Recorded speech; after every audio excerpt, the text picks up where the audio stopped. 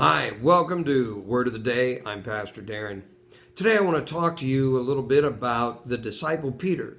Now, Peter was, as you may know, a very passionate and faith-filled man of God who often just jumped up to do whatever it took to be done at the drop of a hat. And one particular instance sticks close to my heart, and that's when he was walking on the water with Jesus. Now, Jesus and the disciples, before this had happened, had just fed the 5,000. Jesus sent the disciples across the Sea of Galilee in a boat while he had taken some time to be in prayer. Then in the middle of the night, a storm breaks out over the sea. The disciples are being tossed to and fro in the wind and the waves and the lightning and the storming. And in the midst of that, they see what they thought was a ghost. Turns out Jesus had been walking across the water to catch up to him.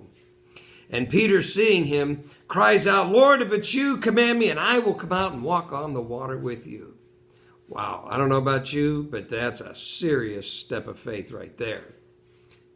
But Jesus looked at him and said, "Come."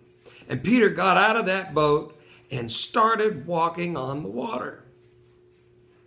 That's when the trouble came. He started looking around, seeing the wind, seeing the waves, and he began to sink. Now fear started creeping in.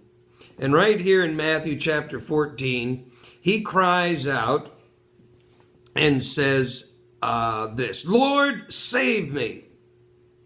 And that's right in verse 30. He cries out, "Lord, save me."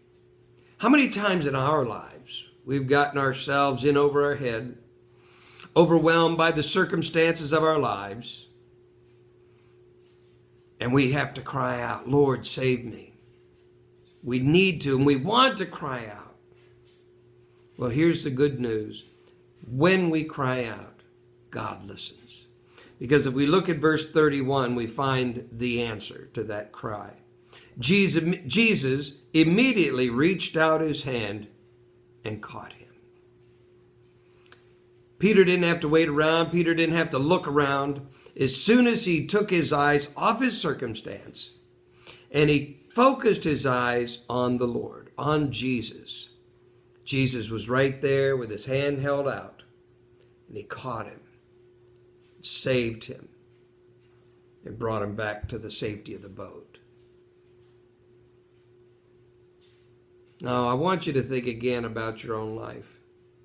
Those storms, those circumstances, those things that distract us from the Lord. If we keep our eyes upon him, he will deliver us. We won't have to wait around, because as soon as we look to him, his hand is going to be there. So trust him. Cry out. Don't wait till it's too late. But look even now. Lord, save me. That's your word for the day. God bless and have a great day.